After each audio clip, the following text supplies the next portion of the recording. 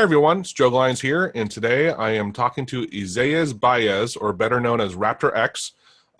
He's probably going to get a little embarrassed here because I didn't even tell him this, but I'm like, I can't tell you how many times I rewatched a couple of your YouTube videos. I was thinking about it earlier, and I know there was the one on the when HTTP request, which I studied that one over and over.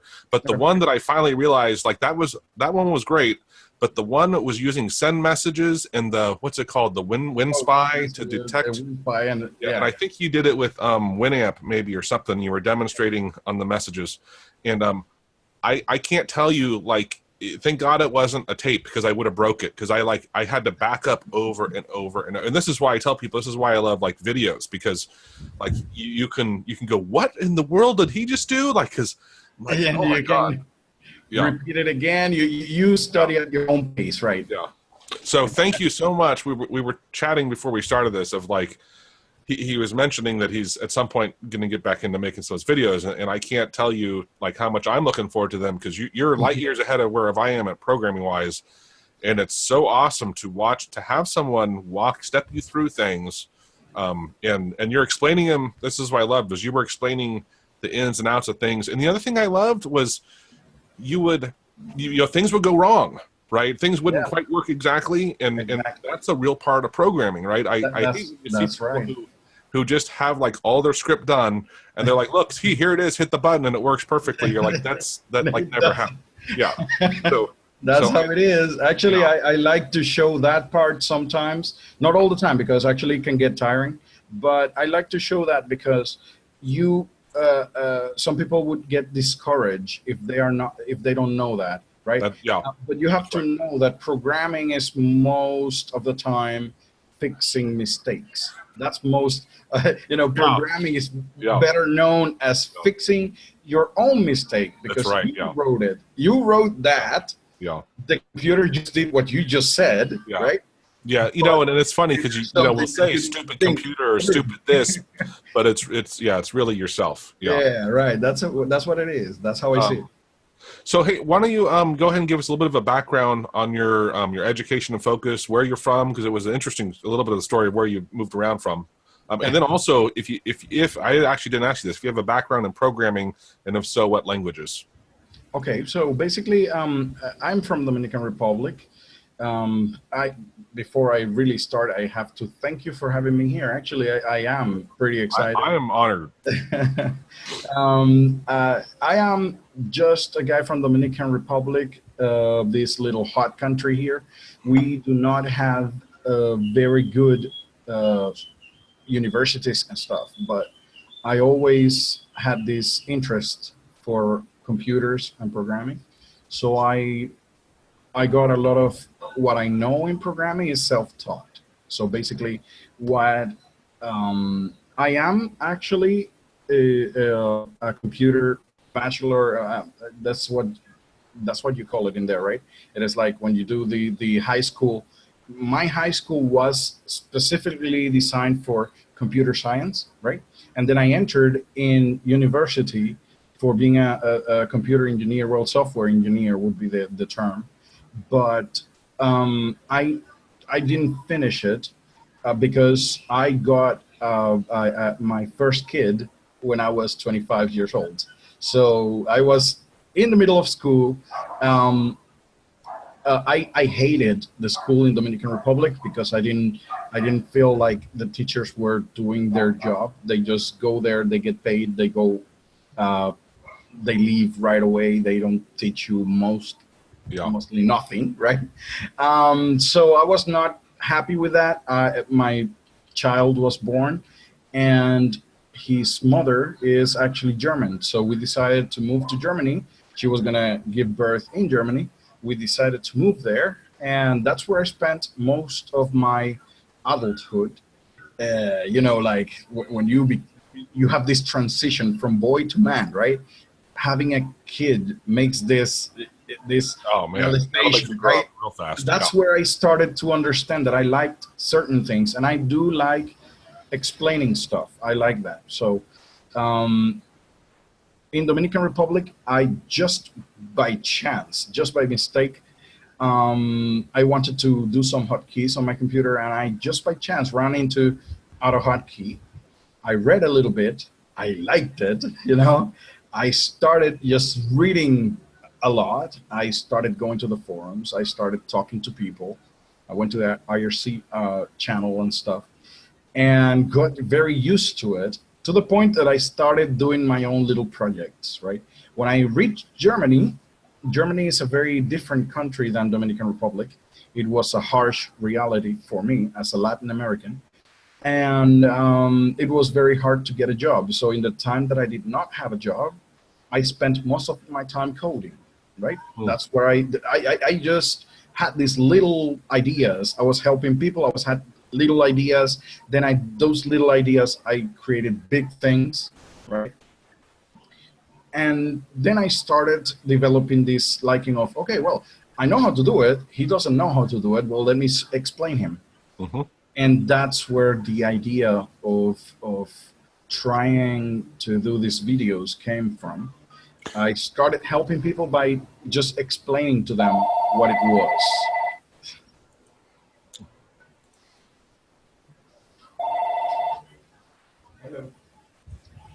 Okay, so by this time, everything became clear to me, what I liked, but I had to face the reality. At some point, life in Germany was no longer possible because of certain things that happened. And I decided, no, I should go back to my country.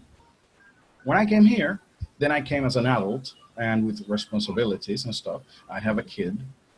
And life changed. Then I decided to do the things at my own pace. I know now what I like. I like programming. I like teaching. I like those things. But I am a little bit, you know, doing what I have to have my kid in a very good level. That's what is going on, right? But you know, that's my background. That's like a little story of my life kind of thing. That's where I started, and that's where I am now. And for the future, I think I am going to be programming for a long time. Yeah. And just to clarify, remind me of this, because I just remembered this, and correct me if I'm wrong. On YouTube, is it AHK Tuts? Is that your channel name? Yeah. Okay. Yeah, it is like tutorials, right? I just made it like. Oh yeah, that's fine. Yeah, it was just I remembered. I think you say it's RaptorX, but the channel name was AHK Tuts, and then I would see it on the forum as RaptorX.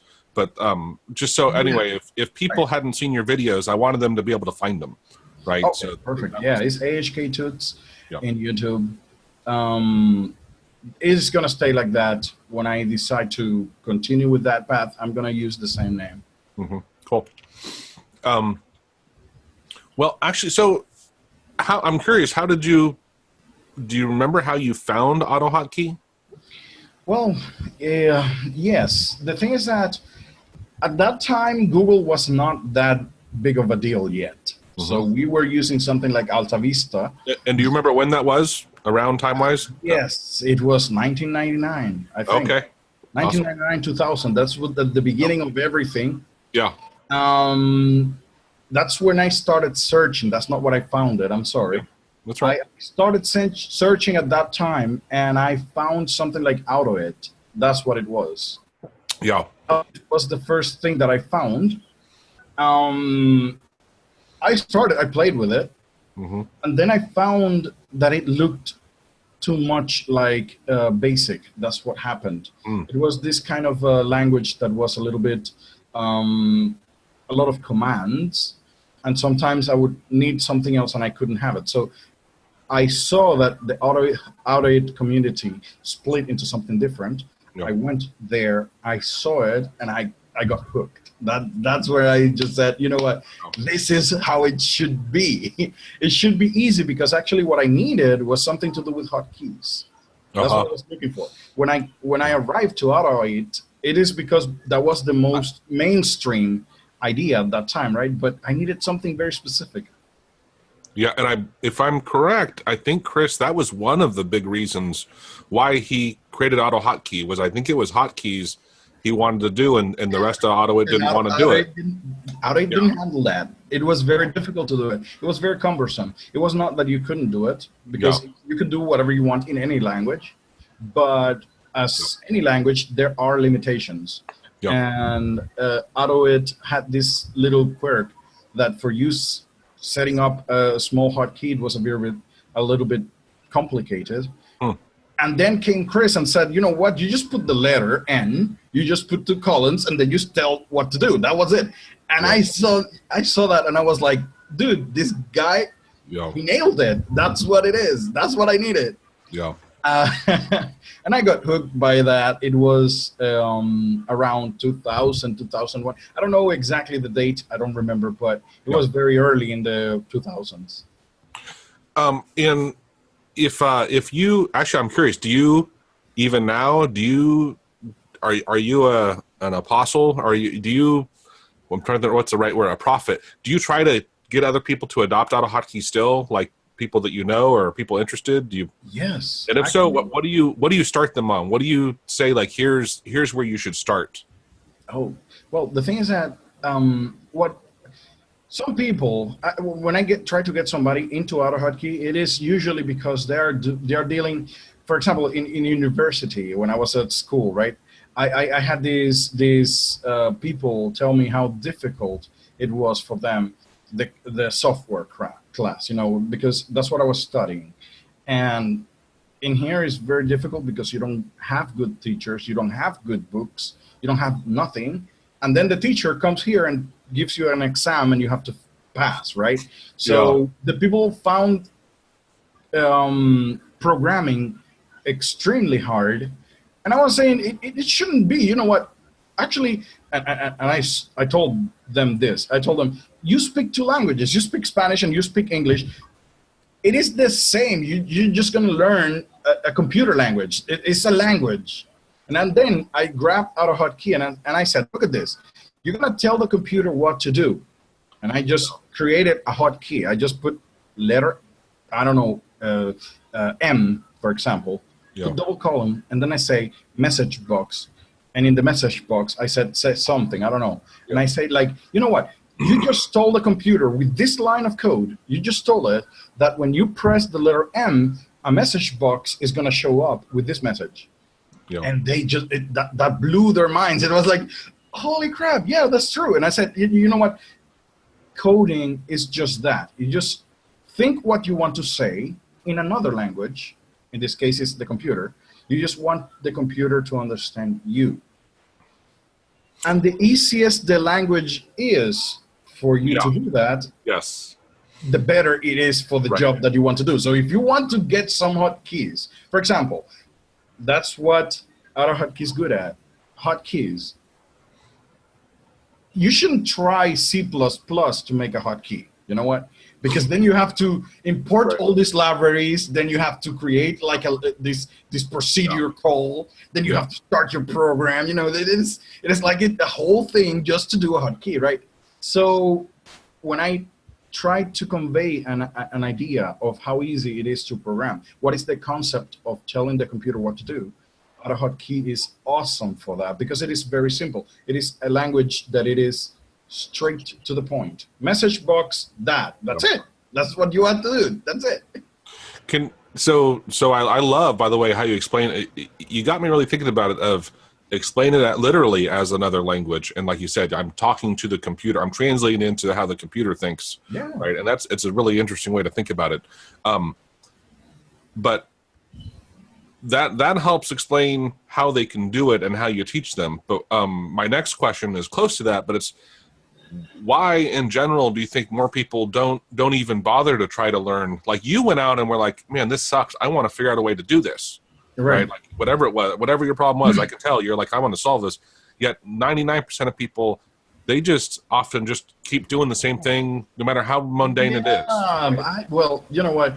That's a very itchy topic, you know, because the problem is that I feel the same with maths, right? Math is a topic that most of the people feel comfortable saying, I don't know that, and then they laugh, right?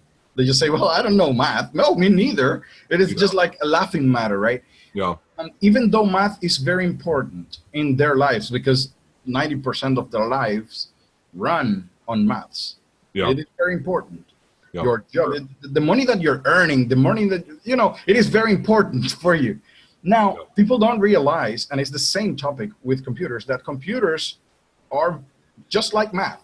They're everywhere. Your cell phone, your radio, your laptop, everything is a computer right now.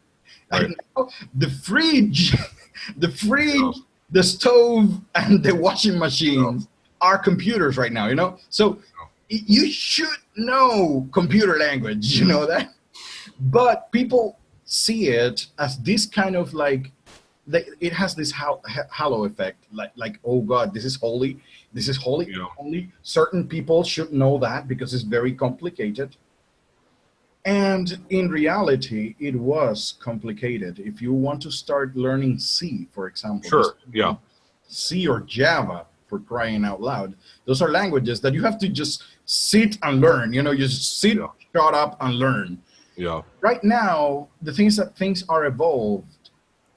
Things have evolved, I want to say, but the mindset hasn't. People still think that it is difficult. I was thinking about, actually, I think a great comparison would be, let's say, because you're native Spanish speaker, right? Right.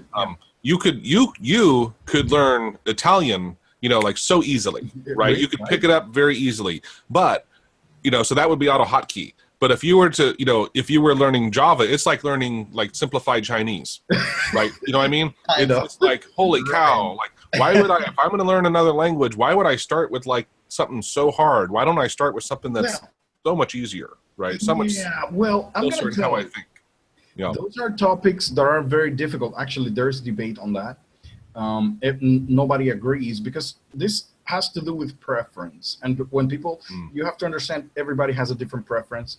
And this is a very highly complicated topic, because some people think, well, you should learn from a real language. They call it a real language because it is like, you know, it does everything. Established authority. You know what? You know what? AutoHotkey does everything.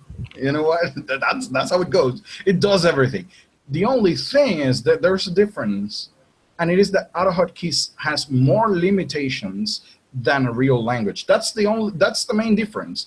There are some parts of AutoHotkey that you will have to rely on another language, like C++. When you call like a DLL call, that's what they call it, right? Is that you're going to be calling a library that is written in another language. That's what is going on. So that's the part where AutoHotkey just stops and says, I cannot do that anymore, right? And people say, well, you have to learn from a real language so you don't have limitations and you can learn everything. And when you get a small language like AutoHotkey, Python, JavaScript, or something like that, they are growing in their own ways, right?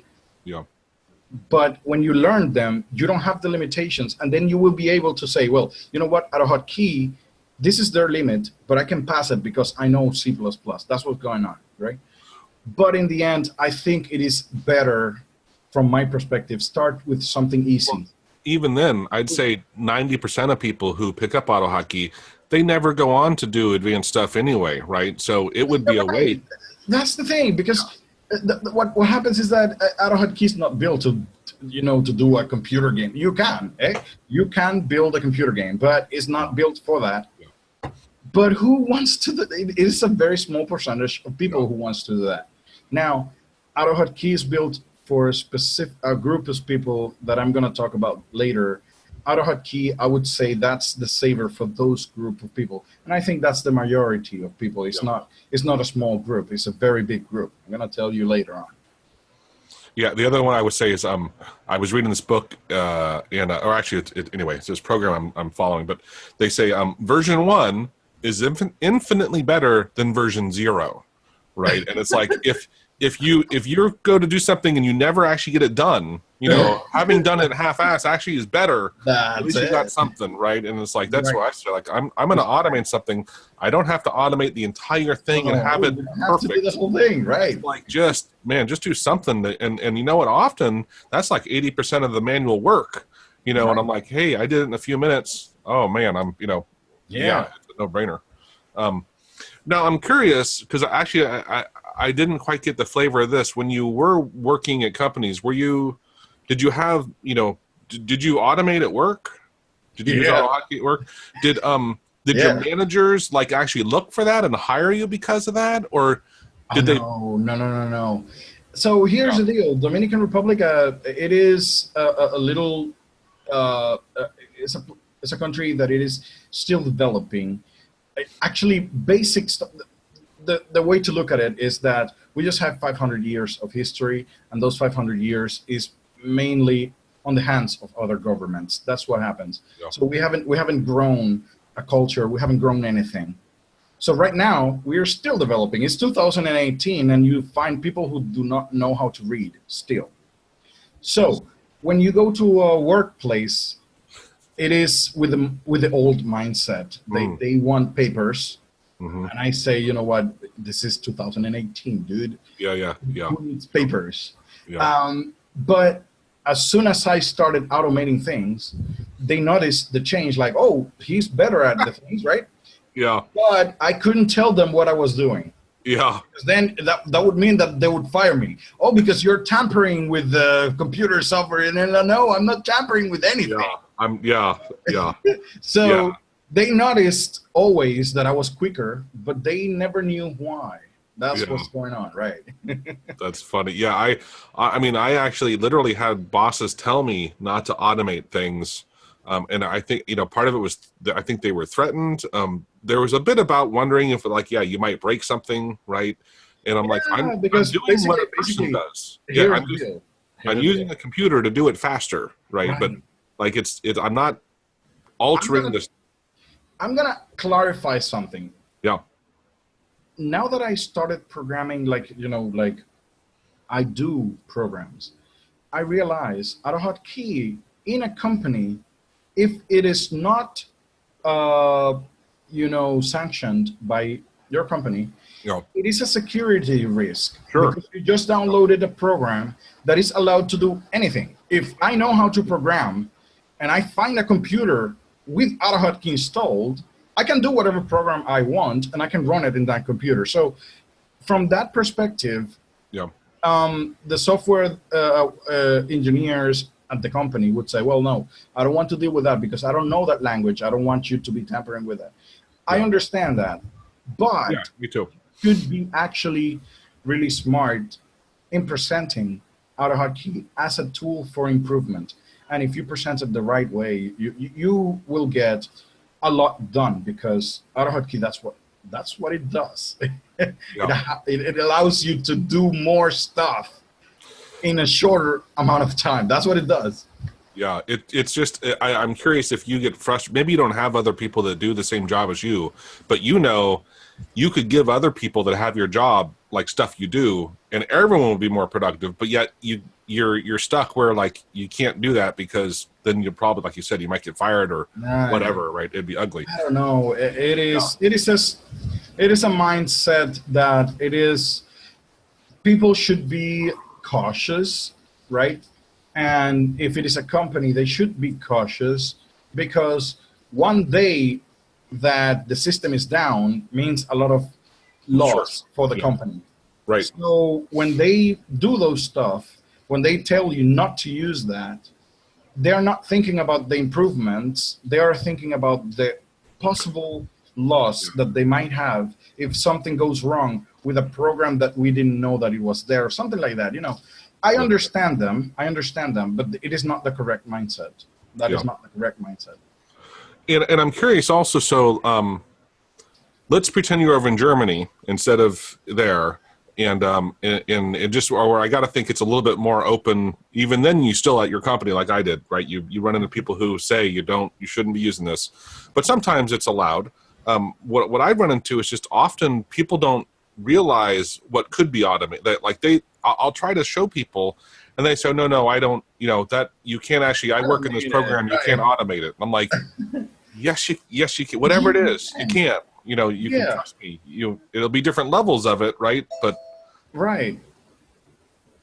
So, actually, a few minutes ago, I was telling you that there's a group of people who are the most benefit. most benefited with Yeah. AutoHotkey, and that is anybody who works. Because when you're in your job, all jobs, I haven't seen one job or work that isn't doing the same thing. You're doing the same thing. For example, Absolutely. you can tell me, no, I don't do the same stuff because I'm a photographer. I go to different parts of the country. Yeah, but every time you go to your computer, you connect your phone, you connect your camera, and you download the photos, and you do something with each photo. You put them all in the same size. Dude, you're doing the same thing every time. Yeah. In one part of your job, not all your job. Okay, it's different countries, but it's the same process. And that's the thing. Yeah. AutoHotkey is extremely good at automating processes. And that means that anybody who is working, who has a job, who is doing something every day, the same thing, is going to benefit from it. I started AutoHotkey as something by chance. I found it, right? But as soon as I started working and I saw what that thing could do, I have actually in my current company, my first program was something to help with the company, and it was built with AutoHotkey because I did it in 3 days. 3 days I did a whole program, sort of, and that's what I mean. It's extremely easy to code in it. And it is extremely useful for things that you're going to do over and over and over again. That's what it is. Yeah. Actually, do you have any examples of whether it's at work or even for your other stuff you're doing, right? Can you just tell us, like, describe some of the things that you've automated to help people? I want people to realize when we say anything you do, and that's the other one, is just realizing I do the same thing over and over. So many people, I think, don't even realize. Like, I catch myself every once in a while going, man, I didn't realize I should have done that, yeah, right? Right, yeah. And I've done it for years. It's just should have automated that. Well, yeah. I can maybe I can share my screen and show you two examples. Yeah, it's up to you, yeah. But yeah, if you don't mind, that'd be great. Not a problem. So desktop one. Let me minimize this first. Share my screen. I'm going to yell at my son real quick. Not a problem.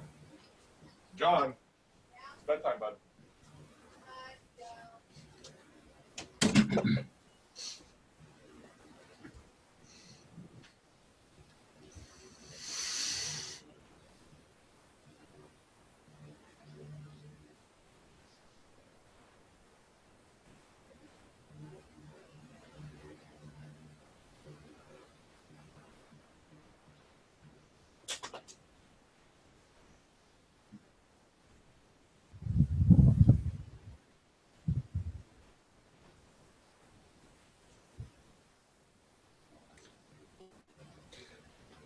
Is there a toolbar at the bottom there? Can you move that around a little? I do. Yeah, thank you. Because it's blocking whatever. Yeah. So here's the deal. This little, well, it is a big tool, actually. The things that it looks small. When we started with the store, it was a small little thing. It was like we were selling on WhatsApp. Somebody was calling me, sending me a picture, and I sold this stuff. I decided, okay, you know what, we cannot do that. We have to have kind of like something that manages what are my products and stuff. So I created this little box. It is just a box. And here below, we just put some filters. If you just do like 15-minute read on AutoHotkey help file that has to do with GUIs, you're going to see how to do each and every single one of these buttons here. And they are just simply like drop boxes that I just want to see handbags that are available, and it will just sort them out, and it will just show me the pictures. Right now the pictures are not showing because I left this a while ago, right? So I deleted all the pictures and everything. But what it would do is just show me the pictures of every single handbag, and when you click on it, it just gives me some specific information about the handbag. Okay. It's a very basic stuff. It is kind of a little database. That's what I was doing. I was just doing a small database that I could have all my things in here. Yeah. It would show information about that product, right? And it would just I would just use that information to sell the customers what they wanted. That's what it was. It was a very small program in my eyes. But then I'm curious. How are you pulling? How are you storing the data and pulling it in? Oh, actually very stupid. As I said, this program that looks like like a big thing and stuff, yeah. it was just created in like 3 days. So I didn't think it through. I just needed something to work. Yeah. I just needed to work. So what I did is that I created kind of like a little, this is a store manager. It would use pictures from Google Drive that had all the products. Those are the pictures, right? You would just use the pictures from there. And the database itself, I just made it in a kind of like a little file. It's basically an XML file that I just devised the structure of the XML. Yeah. Cool. Yeah. And I just saved all the information in an XML file. You know that AutoHotkey is very easy to save and read files. Yeah. Oh yeah. So I just did that. Yep. I read the information, and the GUI just simply shows the photos that are stored in a different place. That's it. It's not that big of a deal. Yep. And actually, as I mentioned, that was done in like 3 days. As soon as you know more or less how to grab different things and put them together, it will look like that very easily because they're just drop downs. It is nothing more than that. It's just drop downs. Yeah. That's what it is. And when I do this drop down, it just simply does something specific. That's it. Nothing else, nothing more. Coding is extremely simple. That's one of the most helpful programs that I created for my company. The thing I would caveat to that, though, and I've heard a lot of people say this, is I agree overall. These are some, but the second you start using a GUI compared to not using a GUI, like your thought process on how to write the program and to understand in a GUI, you can jump into it, anywhere at any point in time. It's not linear, right? Like the way it's not. Exactly. That was the only thing for me. Anyone like GUIs are awesome, and in AutoHotkey, they are so much. You just hit the nail. So GUIs are not linear. Yeah. Remember, AutoIt, the first program, was written as a linear language. That was the problem. It was very similar to BASIC for me. When I saw it, because I think it evolved, right? But when I saw it, when I picked it up, I actually found a comment that I made in the AutoIt the forum. Yeah, I found one. And the thing that I was complaining at that time, I didn't remember. I just saw the comment and I say, oh, look, that's me.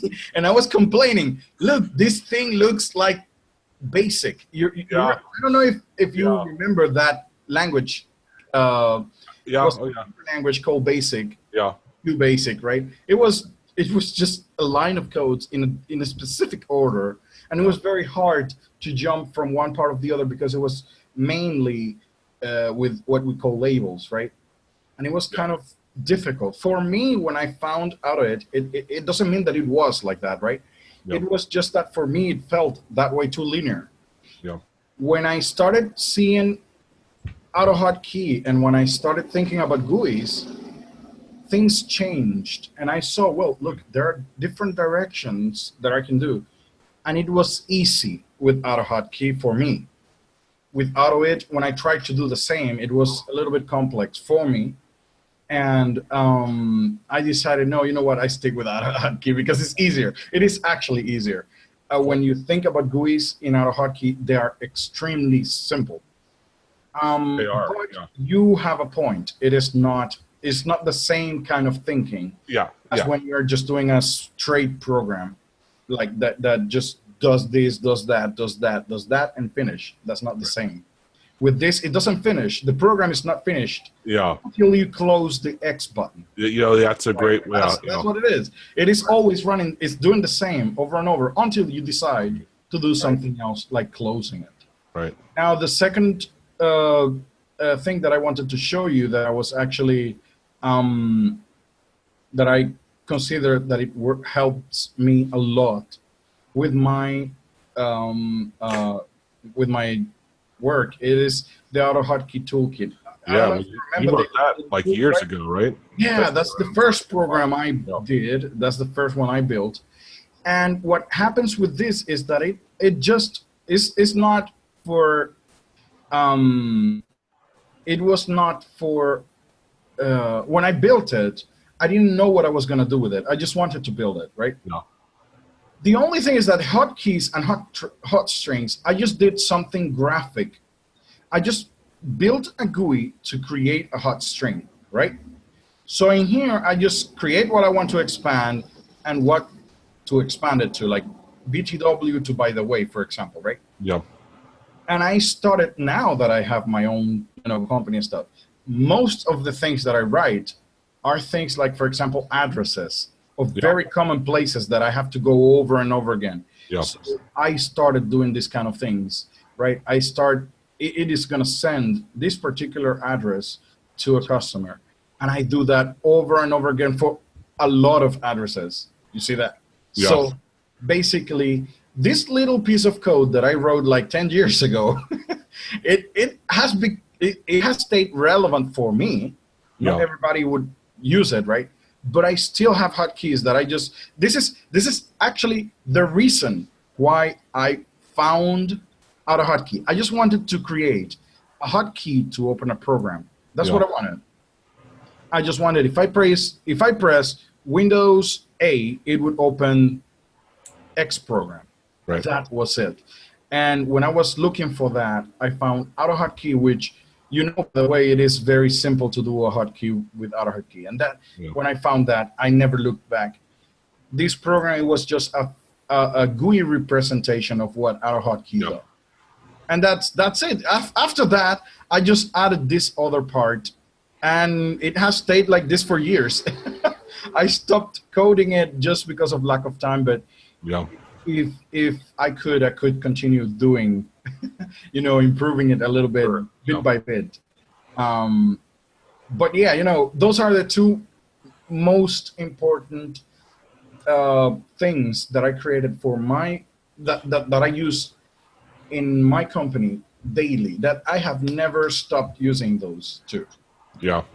Yeah, I have several that I wrote forever ago, and even then, like, I'm afraid to go look at how I actually wrote the code because it still works. Come on. And I'm like, yeah, exactly.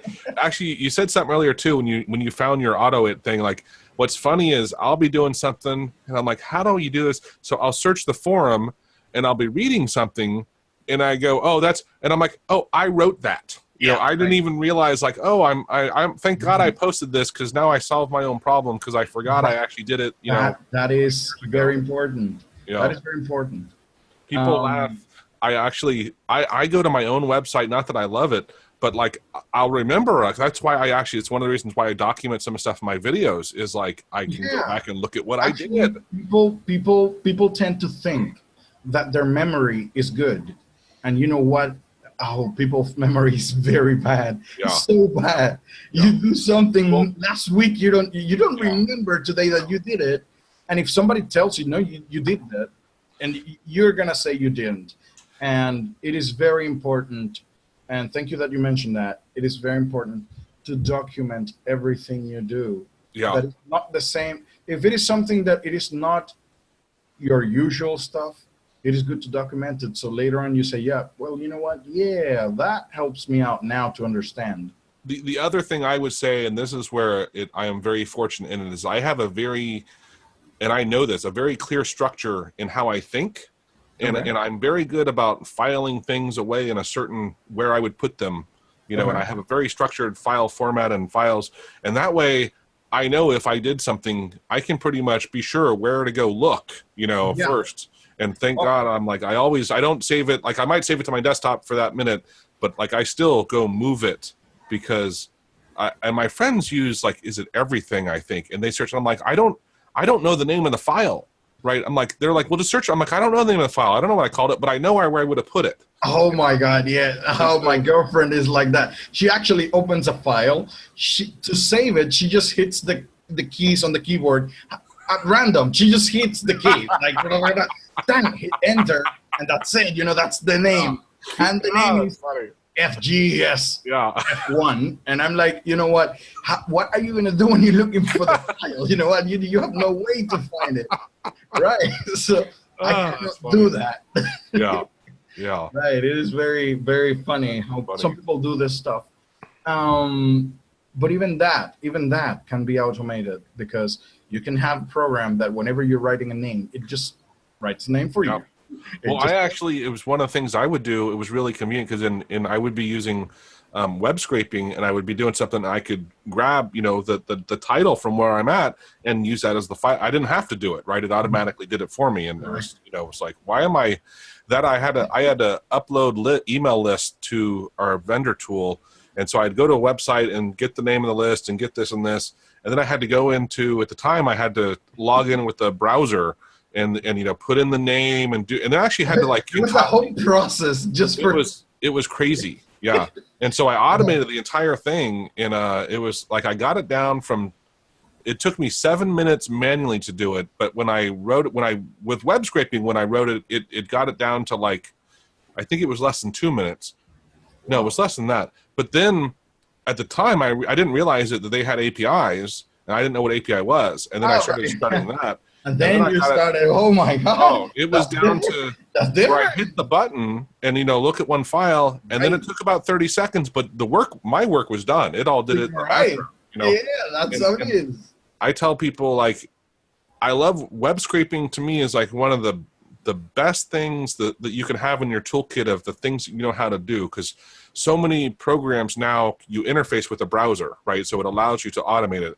But right next to that would be understanding that APIs are out there, and especially if you're working and your tools have your vendor offers an API, or you have other stuff out there you want to get, like understanding how to connect to it and to get the data just that you want. And you don't web scraping, it can be problematic, and of course the web pages change, but an API, man, it's just so much faster and concise. So, look at this. Now, I want to just revisit what we said earlier, that programming is just like another language. Look, when you're a kid, when you're 5 years old, there's so many things that happen to you that you couldn't explain because you didn't know how to say it in English. Yeah. There's a lot of things that you cannot say. Yeah. Because you felt a lot of emotions and stuff that you didn't know how to say it. Yeah. Then you reach your age of 15, 17, when your emotions were rage, you learned a lot of words. Yeah, cuss words. Right. You learn a lot of things. Yeah. But yeah. Then at the end, when you're an adult, you can go back and say, you know what I wanted to say at that time was this, and that. Yeah. You can express it. It's because you now have a vocabulary. With programming, it's exactly the same. You start with, I don't know, with message box. You send. Yes. You post message. That's it. But then you learn. There are certain ways that you can say things that are a lot easier. Well, the example I always give was I used to do all these crazy Go subs, and then I understood how functions work. Oh, right? And the function, I can put in a parameter, and I'm like, oh, there man. You go. Yeah. It's the cure of all the ailments. It is. If you treat programming as a language instead of something else, like, well, it is a world of its own. No, it's just a language. If you teach that to students in the same order, you start with vocabulary. If you're gonna learn, like, for example, Russian, you have to start with vocabulary. They're gonna tell you hello. They're gonna tell you bathroom. They're gonna tell you, That's the first thing that you have to learn. Well, those are the commands. You're gonna learn commands in AutoHotkey. Yeah. What to do? Win, get, post message. When you get those, you got a little bit of vocabulary. Now you need something else. Now you start with functions. Now you start with labels. I love Now it. you start with other types of variables and stuff. So I don't know if you know Jackie or Black Holy Man. If you've ever seen his posts, he's been on the forum for a long time. He Oh, actually, so he co-hosts the webinars with me, and I actually wrote to him this is like about 4 years ago now. I kept posting questions about web scraping, and I realized he kept answering them, right? He was the one that I go back and look, I'm like, right. I happened to notice he had a website, so I wrote him. I said, hey, just FYI, I want to say really thank you, because like you're not getting paid. You're taking your time to answer my questions, and they're really helpful. And so we started talking. He's over in Denmark. Anyway, so we were, after our last webinar, we were talking about stuff, and we were like, hey, you know what? Be really cool is, we're going to make, I think we're going to make an email, like a drip campaign, right? And you know what that means? So like you get one, and then like a couple days or a week later, or whatever, you'll get another, another. Yeah. And we're going to onboard people like to AutoHotkey, right? But we're like, I've seen a couple, like there's a post about HK tutorials, and it kind of gets there of like, hey, start here and then learn, here's where you go next, and this is what you do next, this is what you next. But I don't think they tackle it the way you were just describing it, of like, which is what Jackie and I were talking about too, is there's your fundamental, hotkeys and hot strings and simple things and message box, and then easing into the more complicated, but at the same time, it's what are people going to use the most frequently, right? What's going to be the most helpful? But what happens is that the thing is that then you're entering into a different topic without realizing it, and it is education, how to educate people. Actually, that is part of my area. That's why I like doing that, because my mother was a teacher. My father is a teacher. And I kind of understood that teaching is a topic in itself. You cannot just simply say, well, here, this is the information, learn it. Yeah. Because people don't learn that way. No. Well, we all learn somewhat differently, right? I mean, we have right. No. And people can learn in different ways. So the way of teaching should be progressive. Yeah. And every time you do a step, you have to go back to where you started. That's why it is something natural in me. I just said a few minutes ago, like, let me go back to the topic that I said before, bring back the idea. So your brain gets it. Help refreshing, in different situations, because you can talk about message box in different situations, and then you're going to get it. Then you're going to say, oh, but so that means that I can, in any moment, I can tell the user what is going on. Yes, the message box is to specifically tell the user that something is up. So you should use it every time something happens that you think is very important. I thought it was just a pause, where I can like do my when I know. Then when I'm troubleshooting, you got to put that pause. Like, did it get to here? It did. Okay, all right. Yeah. So the way of teaching specifically AutoHotkey or any programming language is starting to realize it is a language. You have to teach it like another language. So think about how would you try to teach Russian to somebody? That's the same process. It's funny because and you're gonna laugh at this, but a few minutes ago when you were going through that analogy, I was gonna interrupt you and say I'm actually getting goosebumps, right? Because it was really clicking for me also, because if you actually are starting to learn a new language, right, you don't stop. Like you don't, if you want to, you keep slowly doing more and more complicated things, right, and learning more. And I think that's it's a great analogy, because you get first I learned how to count to 3 or to 10, right? That's the basic, like that's what I learned. Uno, dos, tres, great, nailed it. All right. And I can say, beer and bathroom in Spanish. All right, yeah, I got all the important stuff down. Exactly, the most important things. Yeah. But then you start getting conjugating the verb. Anyways, but I think it makes a lot of sense. The other thing is, really, like typically when you are learning a language, you have a plan, right? You lay it out and you commit yourself and do it. It's not something like, I think I'll learn Russian. I think I'll learn Russian, and then I think I'll do it for a couple weeks, then I'll No, for 6 that's months. not how it goes. Right? And actually, basically, the reason why I stopped the AutoHotkey tutorials is because there was no plan. Actually, when I started, I just started doing what I wanted. If you check the first 5 videos, I was teaching in a very weird method, and then I changed it, right? Then I started doing it a different way. I started with teaching in Notepad. I was actually going through the code in Notepad. That's what I was doing at the beginning. And then I said, you know what, that's not right. Let me do it differently. And I started changing it. And then after, I don't know, 20 videos, I think it is, I decided, you know what, there's a lot of people watching these videos, and I'm not doing a very good job at it. I'm just spouting the code, and it is not a good idea. And I decided, you know what, it's better to leave it at that right now. It still helps some people out, but not damage somebody by saying something incorrectly. Because when you're learning, that's where you can get very bad habits.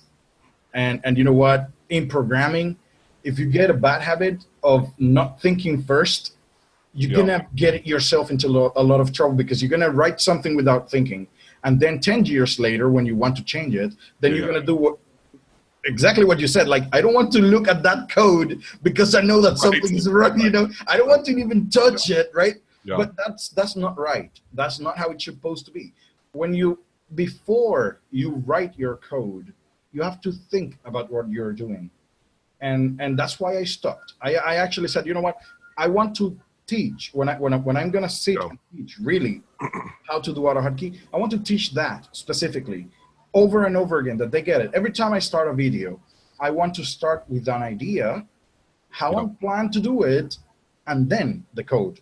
If I do that in every single video, people will start to get used to that. And when they do their own, what they're gonna do, well, they're gonna start thinking about what they want to do. They're gonna plan their plan, and then they're gonna do it. That's what I hopefully, you know, convey. I at least, because you're when I have an idea for something that's more complicated than just click this button, right? Typically, what I'll do is I'll sit there with I'm using AutoHotkey Studio now, but I'll write my comments at the beginning, and I'll say step 1 is I'm going to do this. Step 2 will be this, and step 3 will be this. Exactly. There's no code, right? And that helps me group things and understand flow. And then later, I go actually do this. Let's do this, right? But it helps you early on realize, well, wait a minute, like this doesn't. If I do that first, then this is going to happen. You know, like I cannot do that first. And the other big one, very important, was once I realized this also, because I was asking a friend of mine, I'm like, you know, with functions, like I would get mad at myself because I'm like, oh, I didn't realize this should have been a function until after I've done like and he's like, trust everyone, like you know, you just don't always realize it the first time. You start doing a function when you have repeated the code like 3 times, and then you say like, dude, wait a minute. Yeah, right. This is familiar. If I keep doing this, it's going to be a problem. Let me put it in a function away, you know, so that I don't have, that's most of the time you do it that way because you're not thinking about the code before. Because if you know what you're going to do before. Yeah, I think it's a great insight. I want to log in every time I go and scrap the pictures. Well, I know that logging in should be a function because I'm going to do it over and over again. If I paste that code 3 times, then if I change one of them, I will have to change the 3 of them, right? Well, so I don't need to do that. But not only that, but to your point there, you know, that's when you don't have it in your, you know, you put it in an include somewhere that you can leverage it right from the other ones, and that way you're like, this is where I'm amazed at, like, because I think I told you, like, I know I'm a terrible programmer, right? I know that, which is a strength, right? Because I don't get too caught up in things, but I use libraries like there's no tomorrow, right? I put almost too much. I'll put stuff in my library so I can reference it wherever, because like I don't want to have it and have to track it down where it was. That's actually a very good idea. Now, I have, when I started at the beginning of AutoHotkey, figuring out that you could have code separated from your main code, that you could use it in any other program that you had. It was like, oh no, then I don't have to do the same thing over and over again. I'm just going to write it once, and I'm going to reference it every time I code. And then I did a very stupid thing. I did like this little library that has like a lot of little functions that I thought that I was going to use on all my scripts. Yeah. And then I included in all of them, I included it, and I never used them in any of them. Like I include them in all of them, but I never use it. Yeah. But you know, that's part of the thing. And I do want to point out, you sometimes, and a lot of people do this. They say, "Well, I'm a terrible programmer." You know what? No, you're not. You're a terrible person to search for stuff, because I cannot learn the whole language. I don't know the whole language. If you right now ask me, okay, how do you do this? What is especially AutoHotkey, because even though AutoHotkey is easy to use, there are certain things that I would say, well, that's a problem. Like, for example, message box has several parameters, right? Oh yeah, a lot. And there are other commands that have several parameters. And the parameters sometimes change the location, right? Sometimes the X and Y are at the beginning, and in the other command, the X and Y is not at the beginning, it's another place. And that gets confusing, and you cannot remember all that, right? The key is, for programming specifically, is know how to get your answers fast. Well, I don't know how to do this command. How do you, well, you read the manual quickly. If you do that, actually you're going to be a very good programmer, because you just have to know, the only part that you do have to know is what tools are available. For example, well, I know that there's WinSet that does this, and that.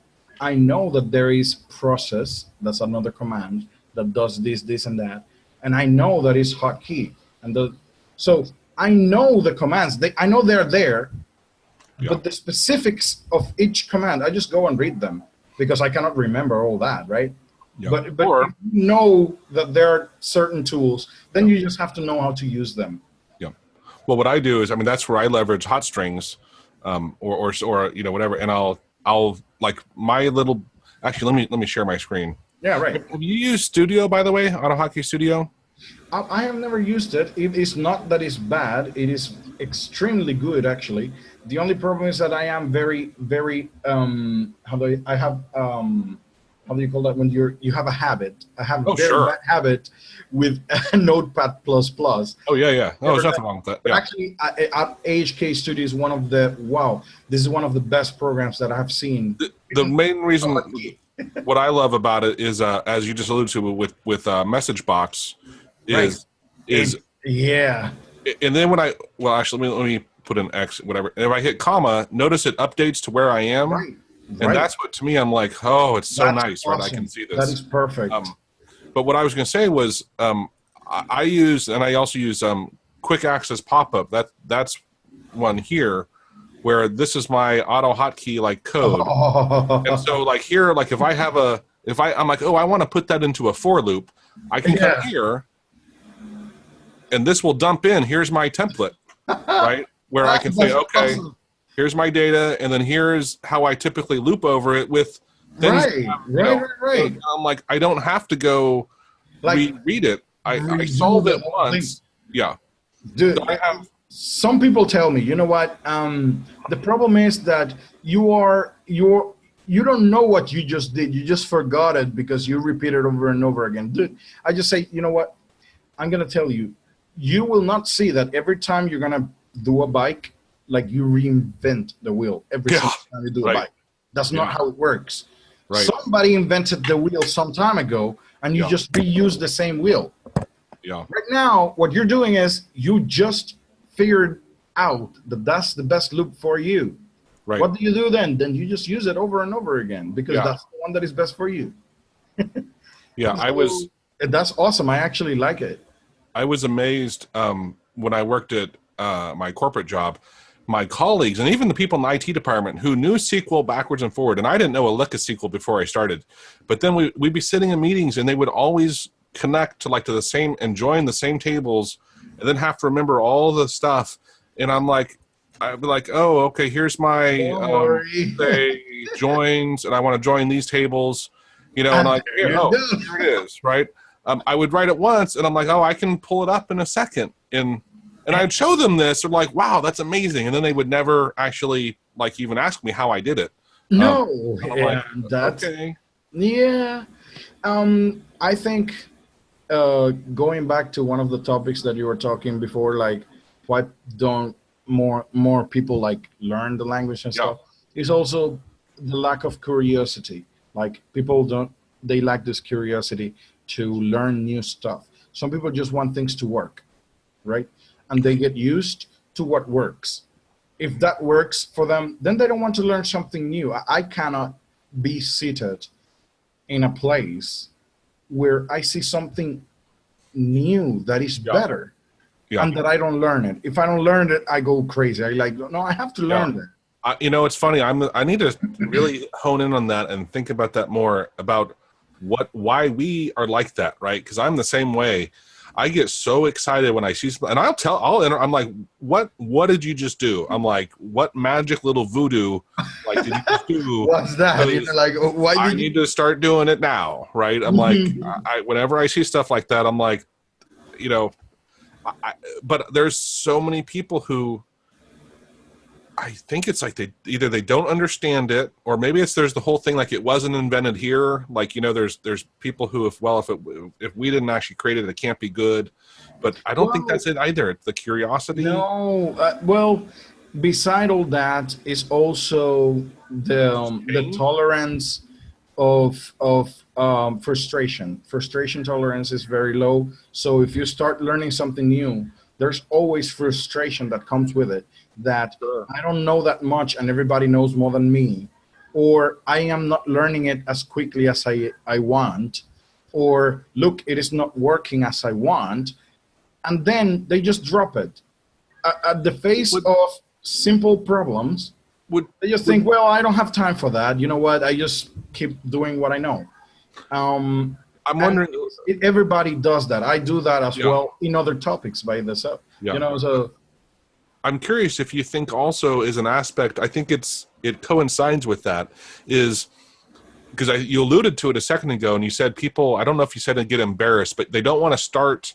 They're at here like at knowing SQL, and they can type freehand, and they know like this is just an example, right? right But if they start learning this other thing that I did, they're starting at the bottom, at the bottom, and and they they're going don't to ask me like how to do it, and clearly I don't know what I'm doing in SQL, right? So have it like maybe it doesn't. Maybe that's part of it. Not it's not insecure. That's not the it's right not word. insecurity. I don't think it is Yeah, insecurity. It is a situation. It is a type of situation where I'm even a little bit of ego comes in and says, ego was what I was. That's what I was. it's Yes, ego, like, you know what, I know a lot of this, why right, should I learn right, that? And then in right. there I don't know nothing, you know. I think Yeah, it plays a little bit, it is in subconscious.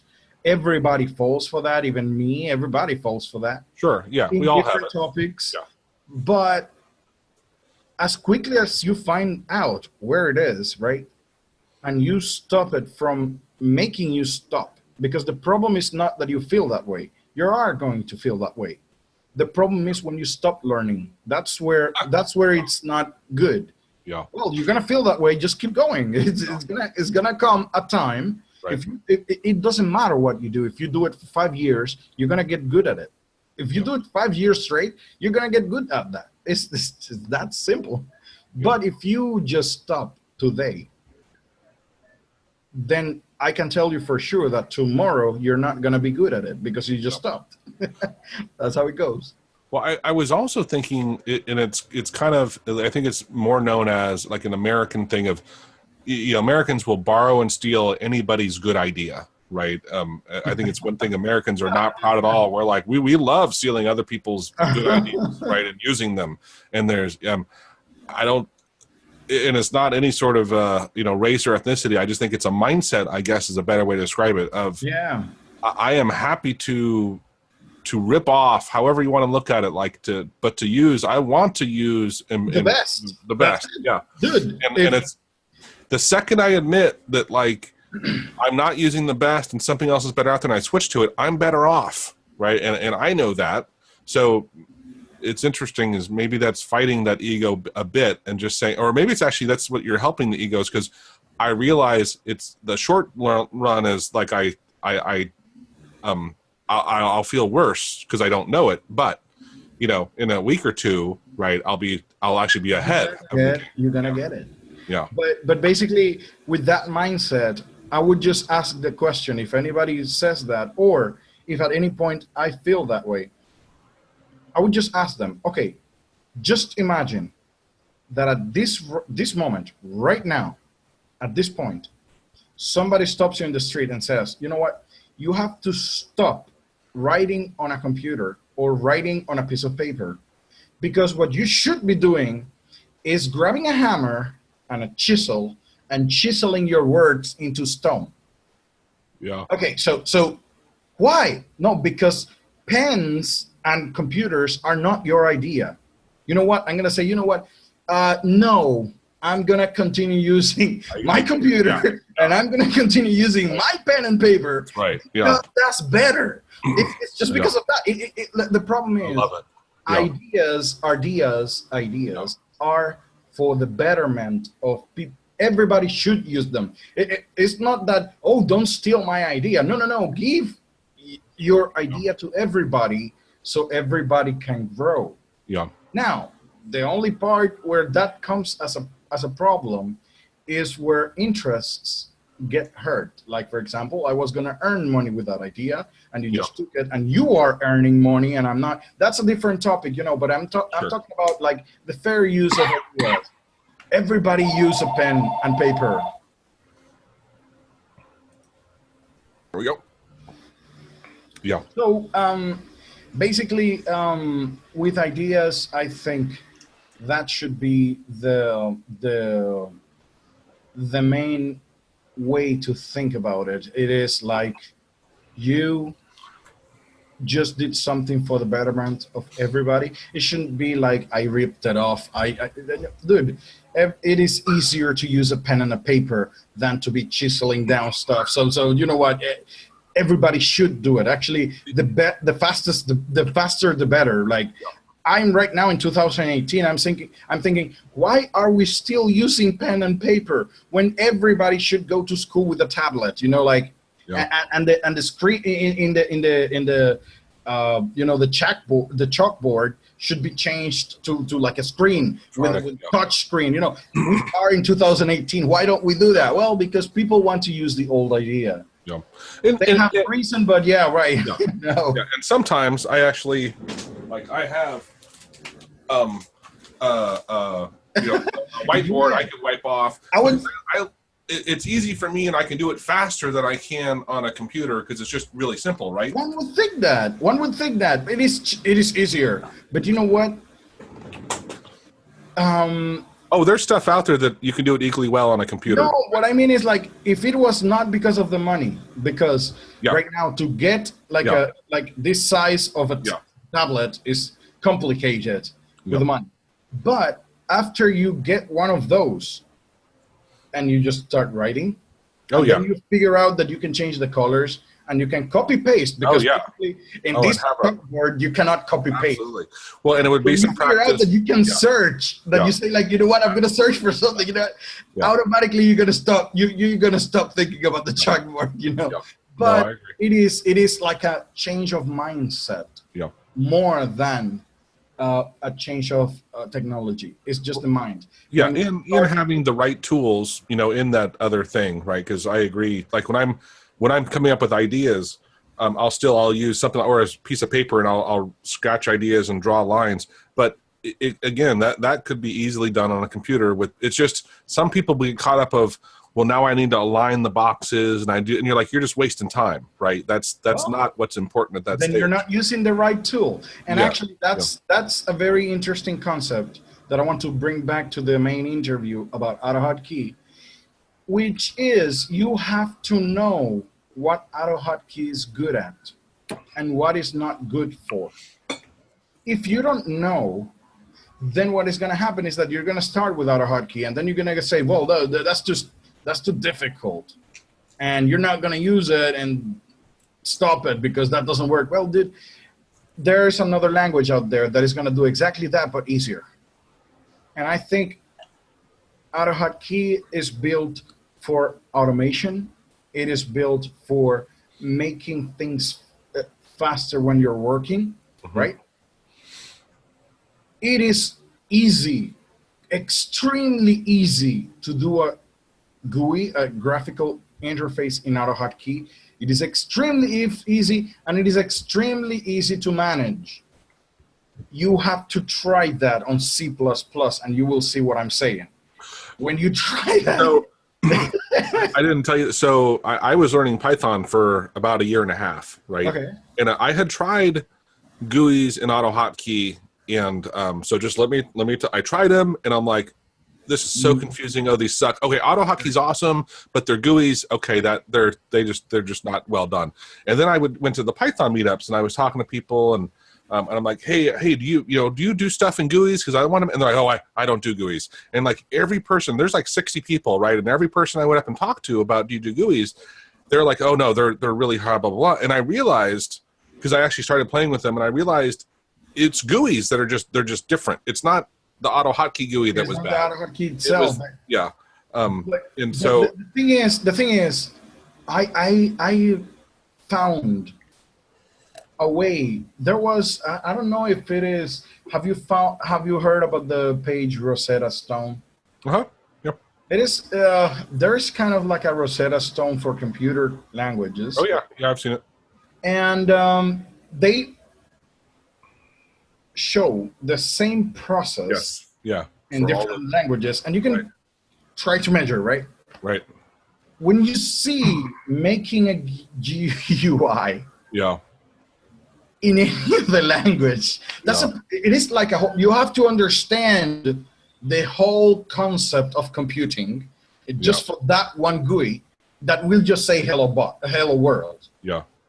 And when I went to AutoHotkey and I just say like GUI add text hello world, and then just below like GUI show, and it just showed the box, and I was like, holy crap, dude, this is extremely easy. This is something out of the like totally different from everybody. Correct me if I'm wrong, but I is one of the reasons why it's so easy is because AutoHotkey is actually leveraging the Windows API, and it's using the Windows, Yes, of course. Yes, of course. What is going on is that they because you have to understand, AutoHotkey is built on C++. So what he's doing is, you have to understand, like, the programmer that at this moment is Lexicos, right? He's just doing like, oh, you want to create a Windows. You want to create a window. Don't worry, I do the job. So the only thing to tell AutoHotkey that you want to create a window is to say GUI add, edit, and then GUI show. When you do that, it tells the programmer, oh, he wants to create a window. Let me do it for him. And he does all the work. He does everything that you were supposed to do. He's going to do it for you. In some ways, that's perfect, because the only thing that I want is a little that has a little button that when I click it does this. I don't want to think about how to do that thing. I just want it done. Yeah, right. Now, here's the deal. As I said before, each language comes with its limitations. The problem is that now you are limited to what the programmer says. Well, I can do this, but after that, I'm not going to do that. Right. I found that with a very special topic that is scrolling. It's something so simple in our minds. Like you all the time you're scrolling. You go into a website. The website has more content down there. You're going to scroll. Simple as that, right? Then you go to another program and you have a scrolling bar, vertical bar, the horizontal bar. It's very simple. You just push down and that's it. Then I found out that AutoHotkey doesn't manage that. You cannot do, if you create a window, right? And you have content below, AutoHotkey does not automatically manages the scroll. You have to do it. And the programmer said, you know what? I'm not going to deal with that bullshit. You do it. He leaves it up to you. Yeah. And I started reading and doing a lot of research. And I found out that scrolling is a nightmare. It is a nightmare. It is not as easy as one might think. Yeah. You have to first, before scrolling, get the position where I am. You have to get the content below into the memory. Then you're going to scroll down. Then you're going to say, well, now I'm going to show that. And then I'm going to turn off the other one. And now I show everything up. And now we're good to go. You see? Yeah. All of that, the programmer said, I'm not going to deal with that. You deal with that. Yeah. Right? And that's where you have to know where the limitation is. Yeah. AutoHotkey is good at a lot of things, but you have to know where it stops. Yeah. Because when it stops, you have to do it. Yeah. Now, with languages like C++, as from the beginning, you have to manage everything. Yeah. But you're gonna feel like, oh, scrolling is just another one thing. You know, you just manage one more thing that I have to manage. Right. You have to manage memory. You have to manage storage. You have to manage file lock systems. You have to manage everything. Yeah. So scrolling is just one more thing that I'm going to manage. You know, that's just one comparison, one example. Yeah, I like it. Right, because it is real. You have to know where the limits are.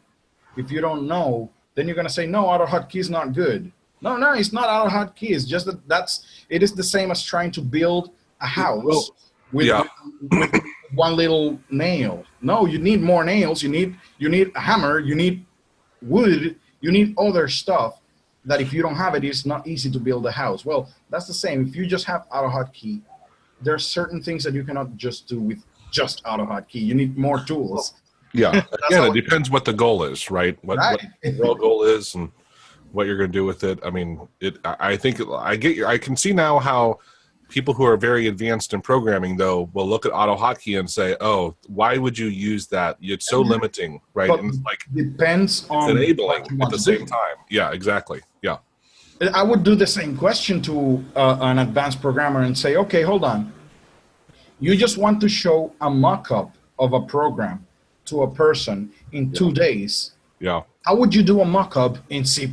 No, you can't. Because in C++, you need a lot of testing. You have to compile. And then when you compile, you find something that is not working. And then you have to do it all over. In AutoHotkey, I do it in 5 minutes. Look, this is how it's going to look here. Right. You see? So AutoHotkey is especially good at showing really quick results that work, that you can use. Actually, you can use them as a whole program. Yeah. If you want, before doing a real program in another language, like with more success. Yeah, and the fact that you can if I want to, I can compile it in a second and give it an executable to someone who is going to run it, right? And that is when in Python, when you have like 11,000 lines of code in a very small program, because that's small. Actually, 11,000 lines of code is nothing.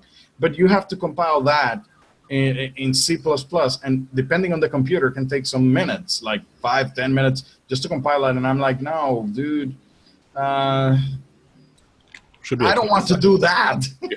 Yeah. Well, that's from my experience, but it is not always like that, right? Yep. Cool. Awesome.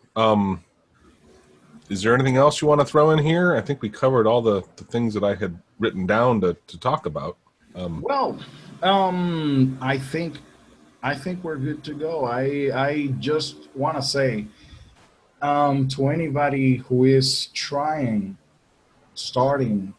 with AutoHotkey or any language, it doesn't matter. Patience is the key. You're not going to learn everything in one day.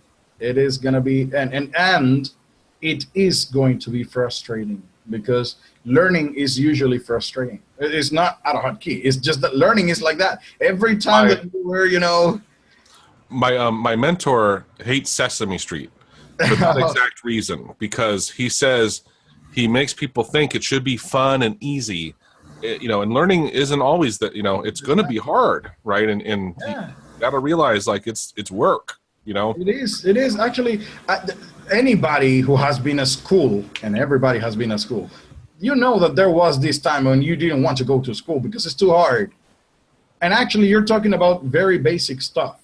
Yeah. Now, if I grab you and try to teach you a totally different mindset, a totally different language that you have never seen, and that you can only use it in the computer. Yeah. Right? then you have to understand, learning is frustrating, but at the same time, learning is rewarding, because after you finish and you know how to do stuff, then you're going to figure out, and then you're going to say, oh, but, oh, now I see, now I can use it in this, now I can use it.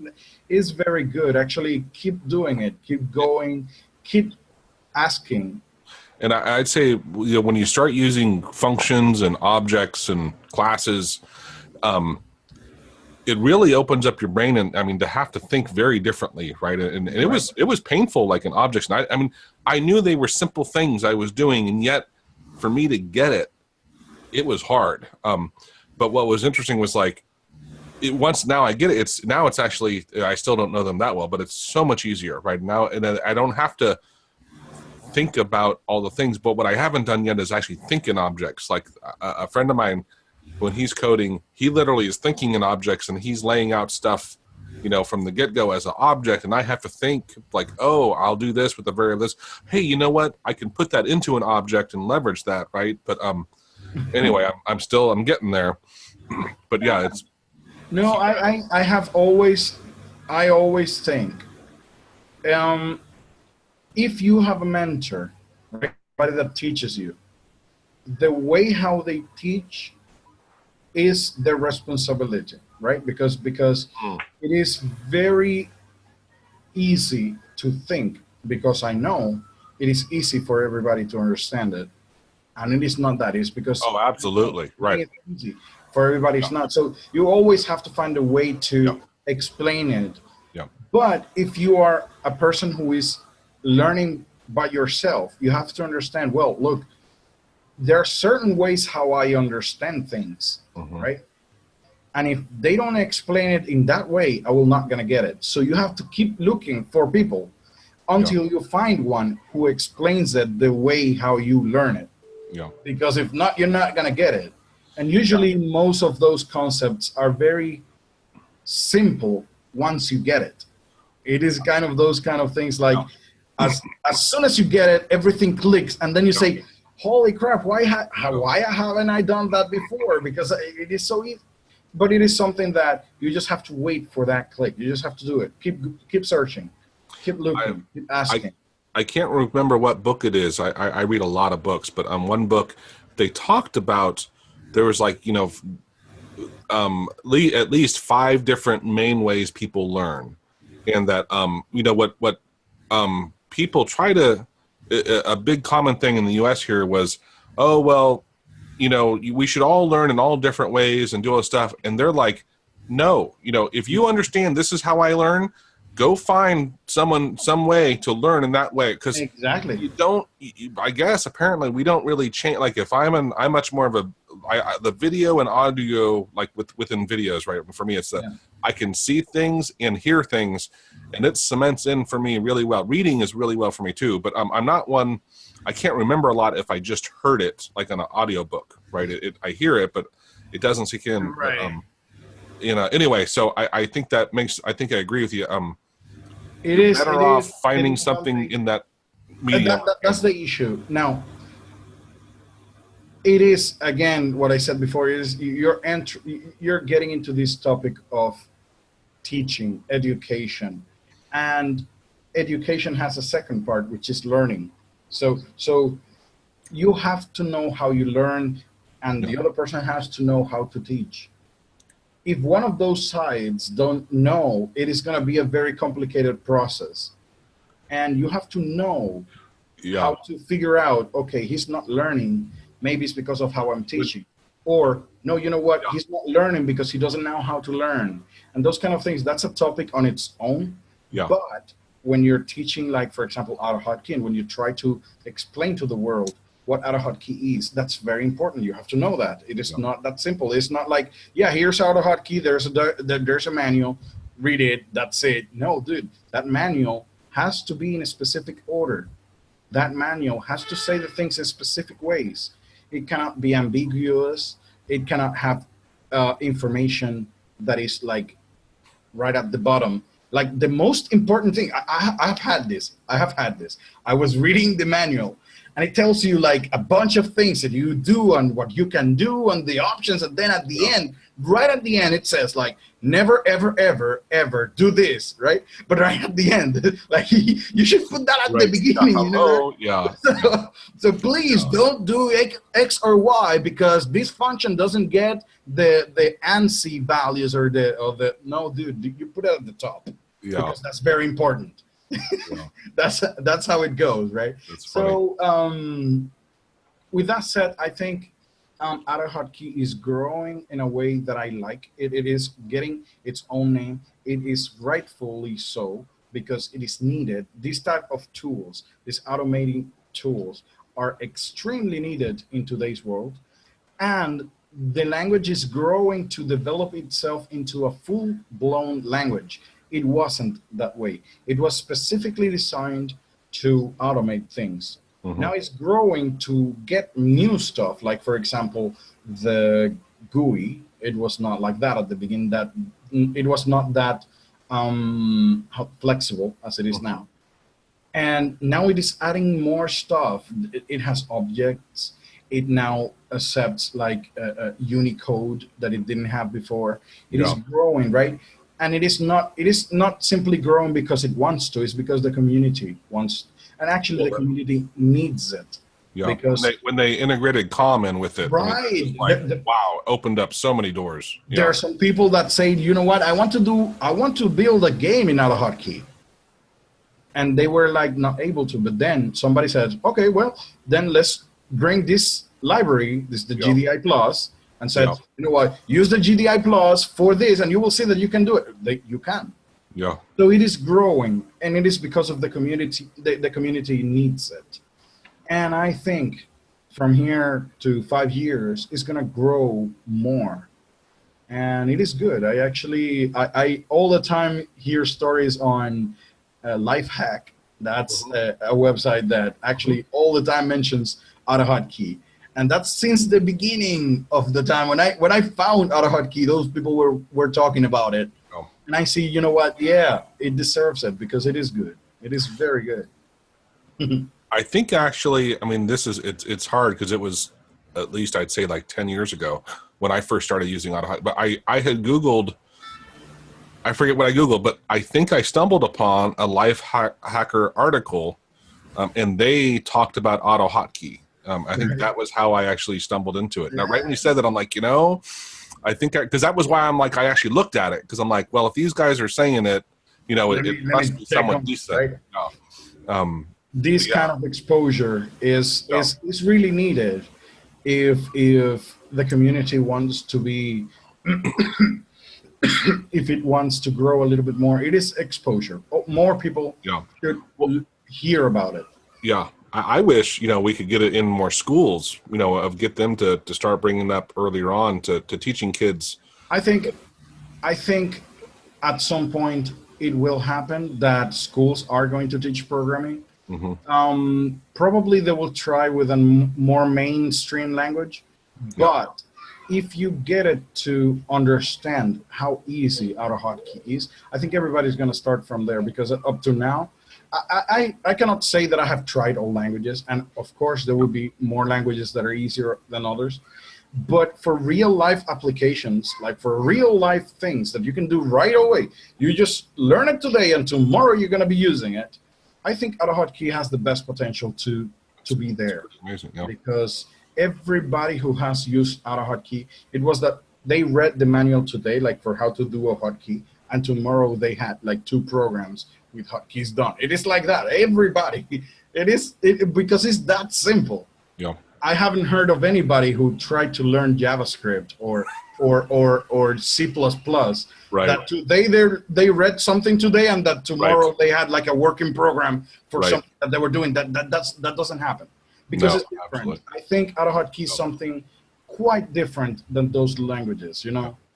Well, and my son, who's 11 now, but for the last couple of years, he's using hotkey. He doesn't know it, right? He isn't, but he knows they exist to do certain things, right? I've taught him. He's getting used to them. Then he's not going to be able to live without them. And now, I'm pretty soon going to start. I had him actually using, what's it called? It's from MIT. Scratch. I think it's an object-oriented programming language where you can drag things in and it'll do loops and do questions. And he was playing with that, so he was learning the concepts. But I think as soon as he has his own laptop or his own computer, he's gonna find out that he cannot do the hotkeys anymore, and he's gonna be like, "Dad, why does it work here?" Well, you have to do your own, you know.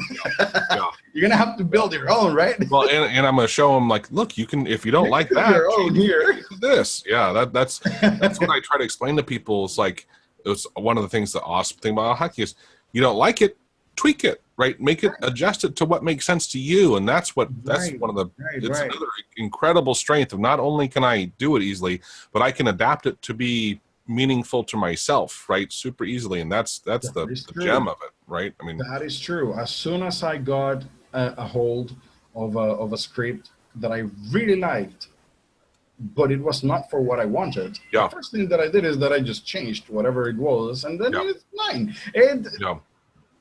We are using ideas. Now, as soon as you put it out there in the world, you know that you have to credit the people who did it. Oh, yeah. But if it is for your own personal use, it doesn't matter. It's yours. You just do it. Right. But I was going to say that was the other thing.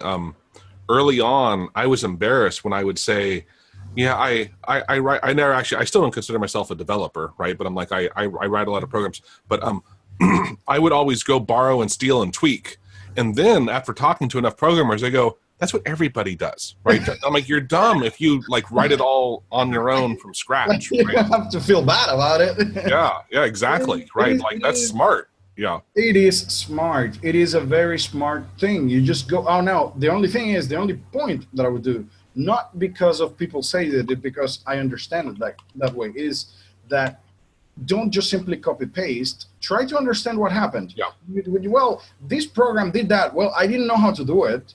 I'm going to copy it from him because he knows how to do it. But hold on, but let me read it. Let me see what happened. Yeah. Because when I paste it, next time, if it breaks, I know how to fix it because I know what it was doing.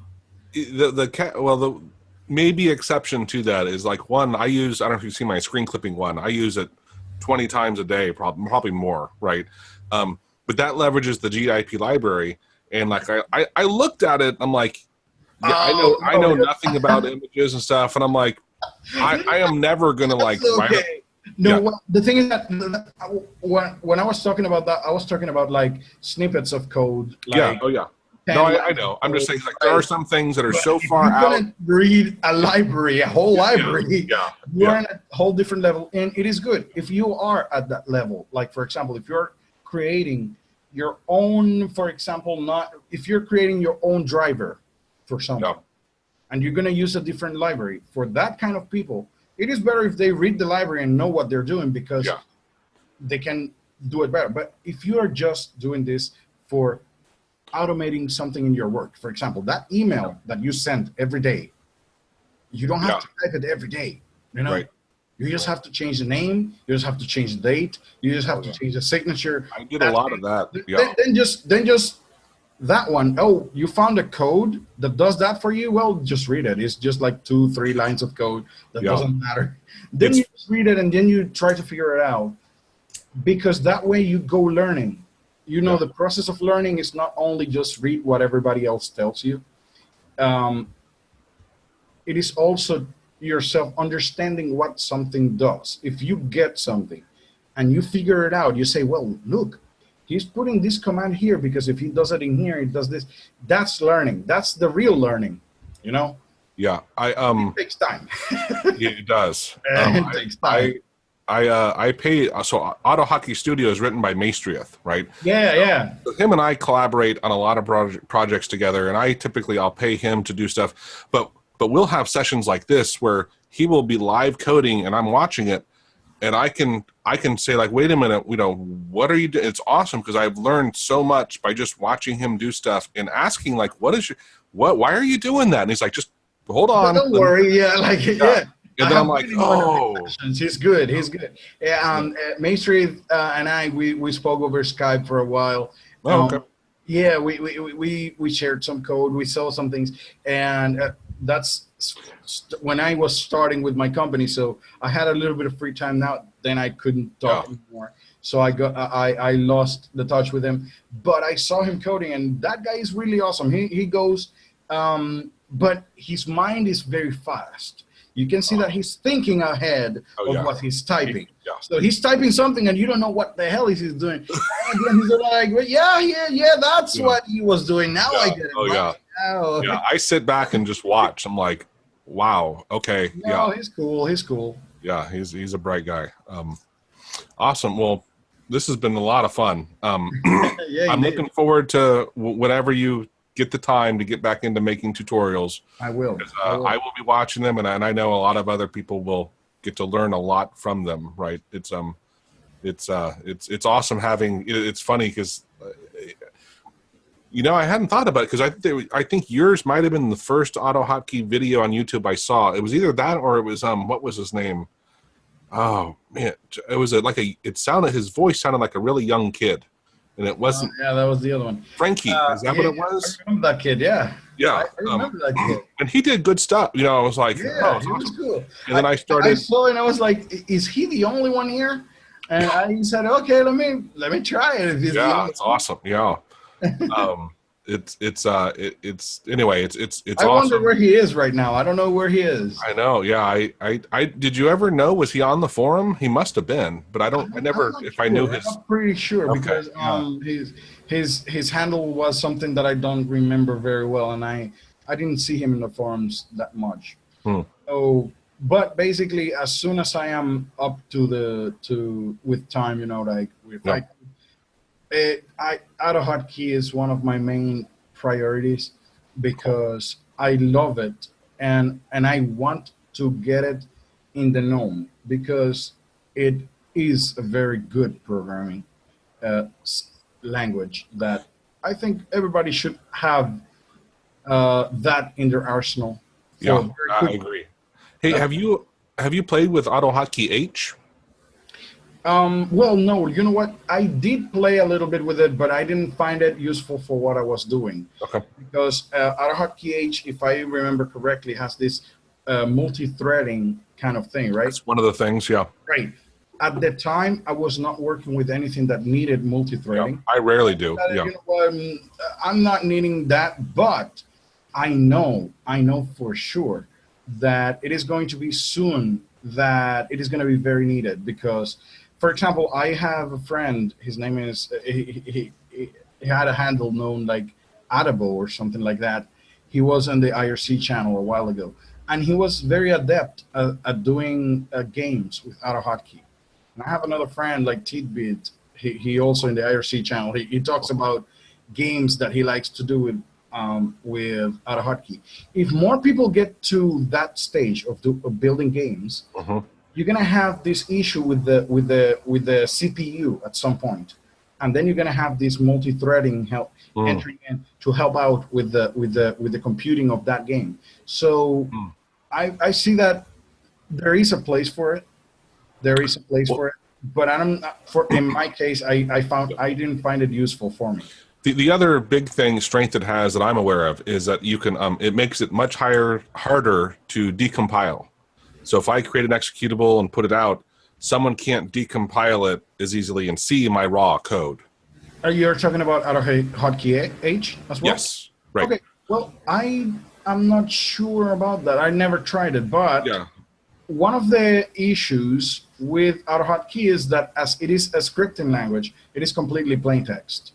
And some people, for example, if you're trying to build something for a company and you don't want your code to be out there in the known, they resort to compiling. And even when you compile, then you have tools to read the code anyways. Right. So you have to put several packages, to make it difficult. If AutoHotkey H helps with that, I think that those kind of people would find it extremely useful. Yeah. I don't see AutoHotkey H dying. It's very good. It is actually everything that adds to the language is good. Yeah. If it is not good, then I would say, well, don't worry, it can go. But if it adds to it, Yeah. It doesn't matter, because even though you don't use it today, just give it a few years. You will see that somebody's going to find a use for it. You're right. So the plan is he's going to the hotkey, I believe, is who's writing AutoHotkey H. He's going to host the next webinar next month, and one of the things we're going to have him do is to show how to get the source code, put in your own password, and then have it where you, when you compile them, you can't decode, not decode. I keep unpack it, like unpack it. Sure. Yeah, that's okay. So anyway, that was one of the things I know a lot of people talk about. Well, I don't want to write a program out of hotkey because if I put it out there, someone can easily. That's a fear that people have. But if you can do it with AutoHotkey H, it is a good it is a plus. Now the problem with AutoHotkey H, which I am not very informed about, is that it is its own branch. I don't know how closely related it is to the main branch. And the idea would be like, for example, if AutoHotkey gets new features, does AutoHotkey H get new features right away? So if they are in sync, I don't see any problem with that. Yeah, I think it's pretty close. My understanding, if I recall correctly, is it's closer to AutoHotkey 2 than it is to L. Oh, well, so it's mimicking that's more. Excellent. So in that case, my perception of it would change a little bit and say, like, probably they're going to be merging soon.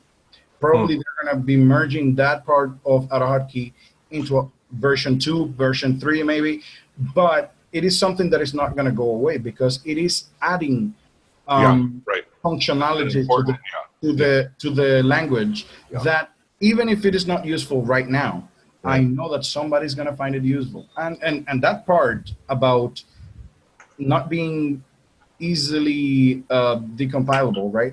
Yeah, it's something as a plus for a lot of people, especially people who want to work in and sell their program, because that's good. You can sell your program, but I don't want everybody reading it out and then figuring out what am I doing. So that's and then just posting it as their code and selling it. You know, that's a very good, valid reason why you would want that. So I find it as a very good option. And if they're related, it is something that you can use by yourself, in your program, if that's what you need. That's the mindset. You have to use the correct tools. And if that's your tool for what you want to do, then use it. If it is not, then use the other tool. It is okay. That's not a problem. And Jackie, when we're talking, we say the same thing. It's like, I love AutoHotkey. It's all I mostly talk about. But we're not tied to AutoHotkey. It's just right now the best tool for doing the vast majority of the stuff I'm trying to do. Right? When something else comes up, you just have to ask your question. You're going to build a website. Would you do it in AutoHotkey? No, you wouldn't, because AutoHotkey is not for that. Right. Well, it's a great language. That doesn't make it less great. It's just that that's not what it is for. That's it. That's so true. Oh, but I'm very grateful to Chris for creating the program.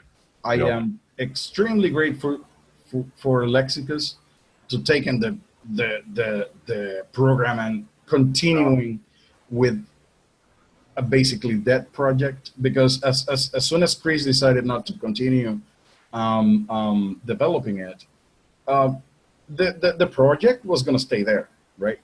But Lexicus decided, well, let's continue. Let's move on. Yeah, and he's done a lot.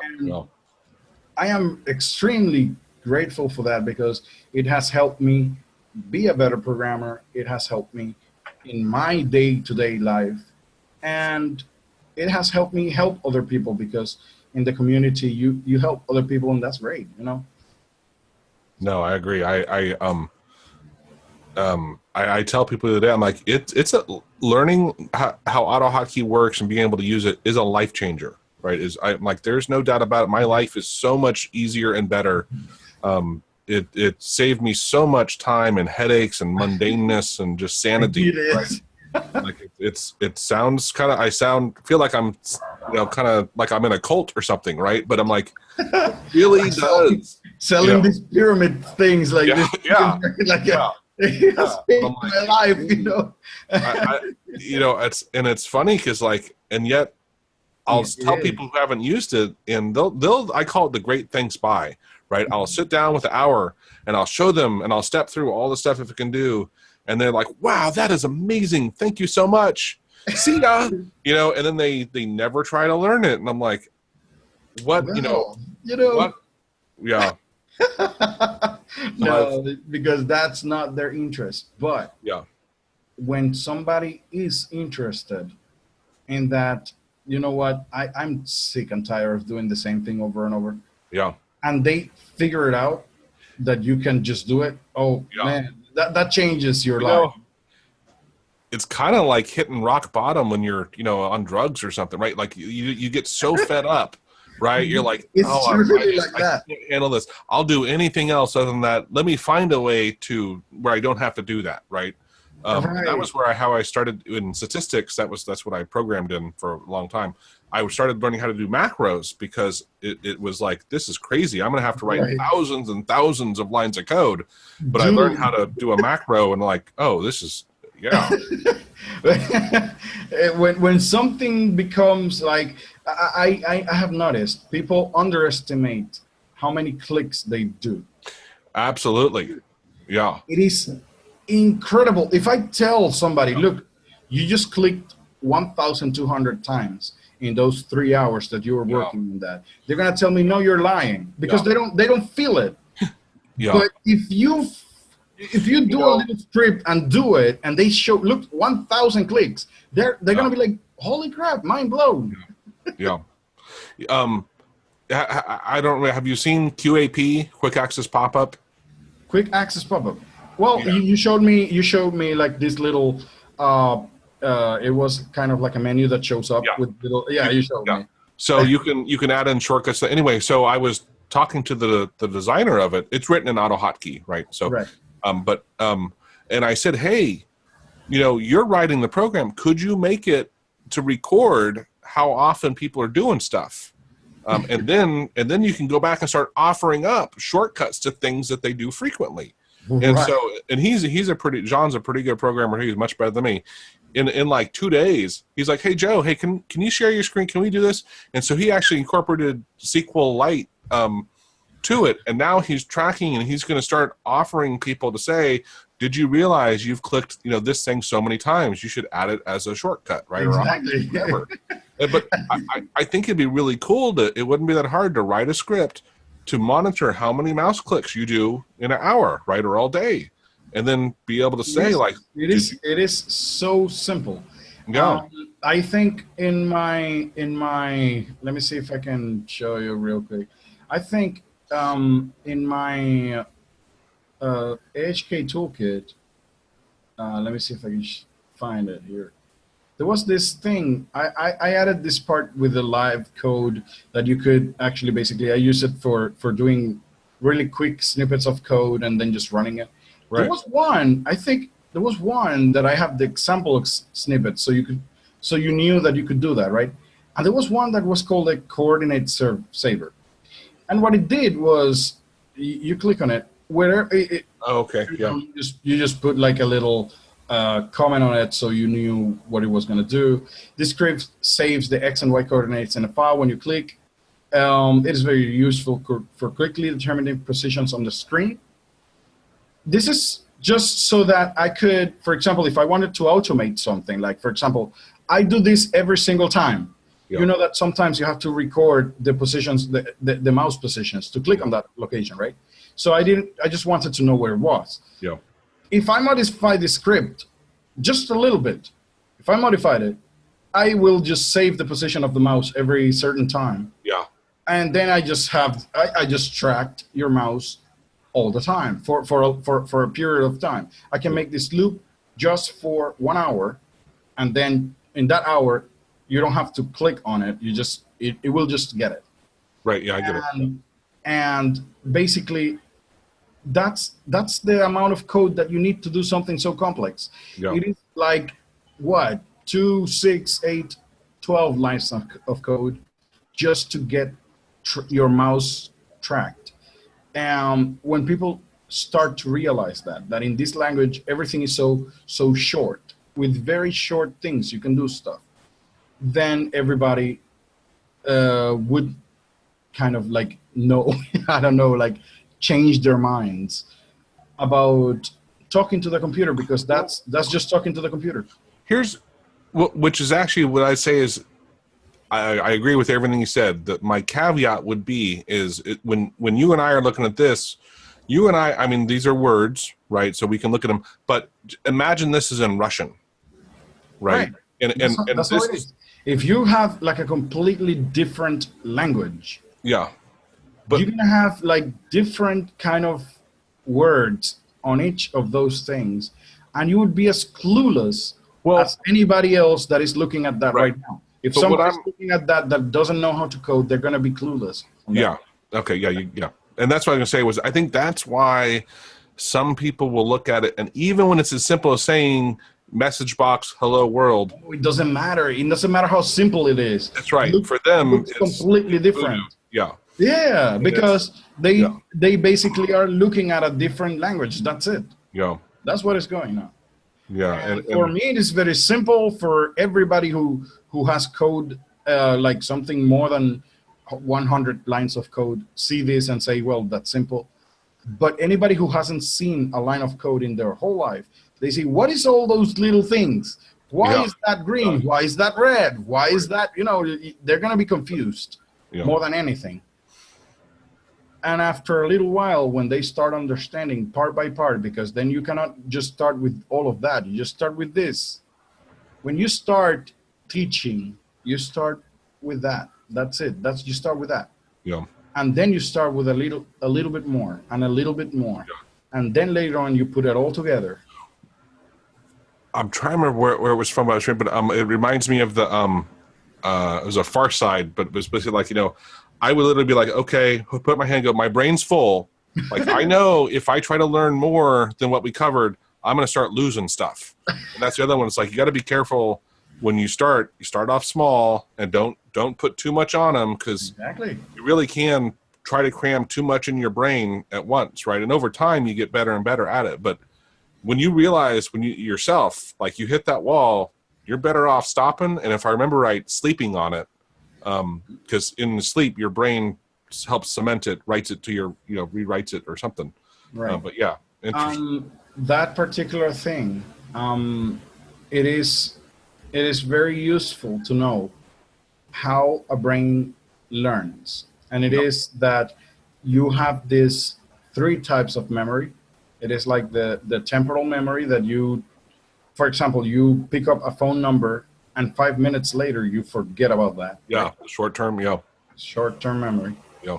Then you have this middle-term memory, in which is stuff that you haven't learned yet, but you remember. Like, for example, those things that you forgot about it, but if I tell you 2 or 3 words, you're gonna click, oh yeah, that thing that you told me, that's this middle term, right? And then there is the permanent memory, in which you just the long-term memory, in which you do it.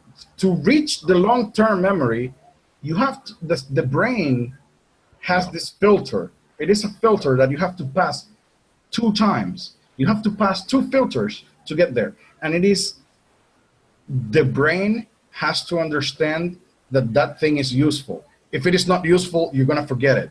You don't remember the color of your socks last week because that's not useful. You have no use for it. Why would you store it, right? But if your life depended on that information, I'm sure you're going to remember it because your life depends on that. So one with that is I remember reading a book that said, hey, if you went to a party tonight and there were 500 people there and you were supposed to remember everyone's name, you're not going to do it. But if they said, one of the people tonight that you're going to meet, if you remember their name, tomorrow they're going to give you $10 million. Right? Suddenly, that name, right? Yeah, suddenly you're going to remember, like, you're going to do so much better remembering names, but it has to do with that, how important it is, right? You're right. It is the importance. If your brain thinks it is important, for sure you're going to learn it. Yeah.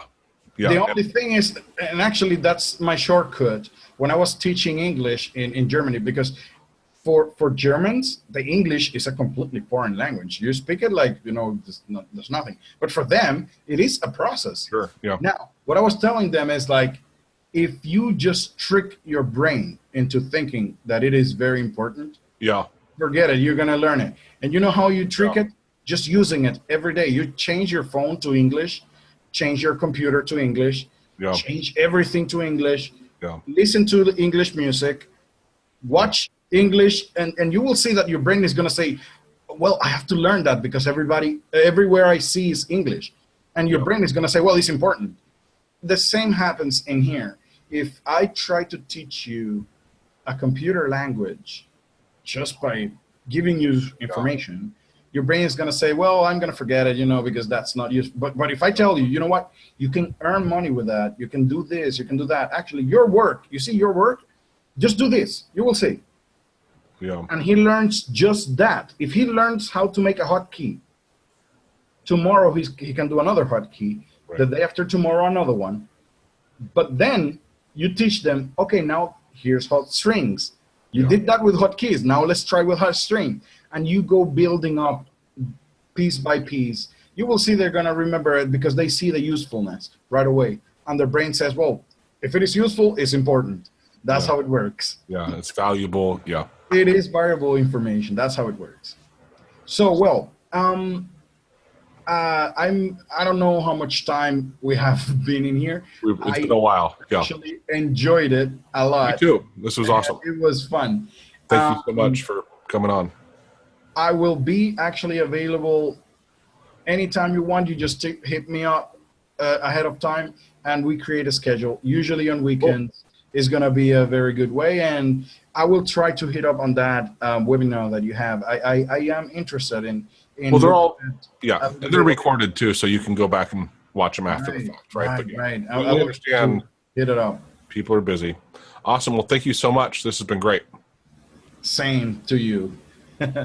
Bye-bye.